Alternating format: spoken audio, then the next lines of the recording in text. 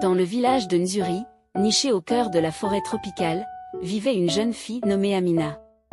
Nzuri était un lieu de légende et de mystère, où les anciens contes étaient racontés autour du feu chaque nuit, et où les esprits de la forêt étaient respectés et craints.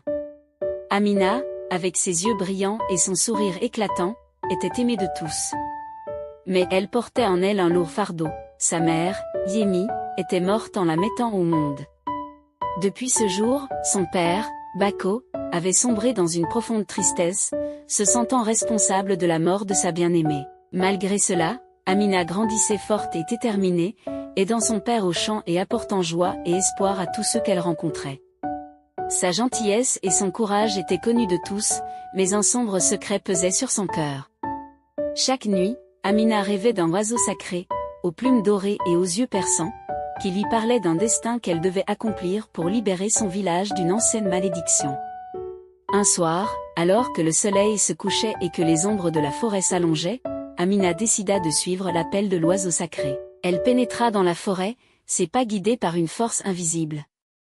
Au cœur de la forêt, elle trouva une clairière illuminée par une lumière mystique. Là, perché sur un arbre ancien, se tenait l'oiseau sacré.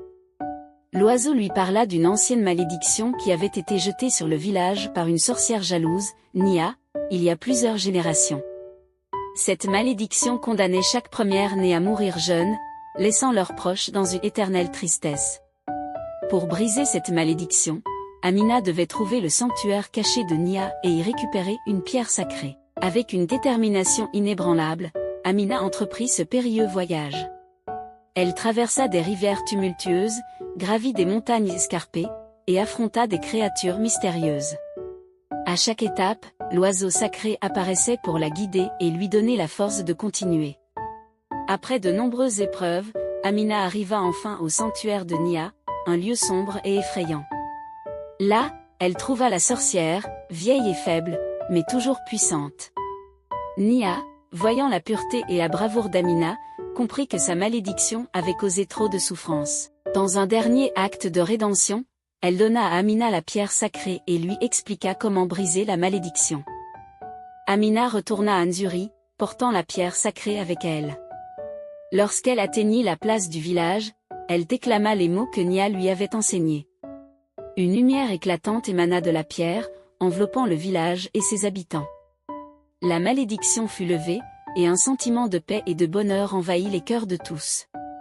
Bako, voyant sa fille revenir saine et sauve, ressentit une immense gratitude. Les villageois acclamèrent Amina, la considérant comme leur sauveuse.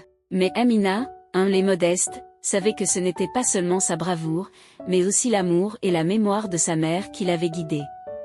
Nzuri prospéra à partir de ce jour, et l'histoire d'Amina, de sa quête courageuse et de l'oiseau sacré, fut racontée de génération en génération, rappelant à tous que même dans les moments les plus sombres, il y a toujours une lueur d'espoir et un chemin vers la rédemption.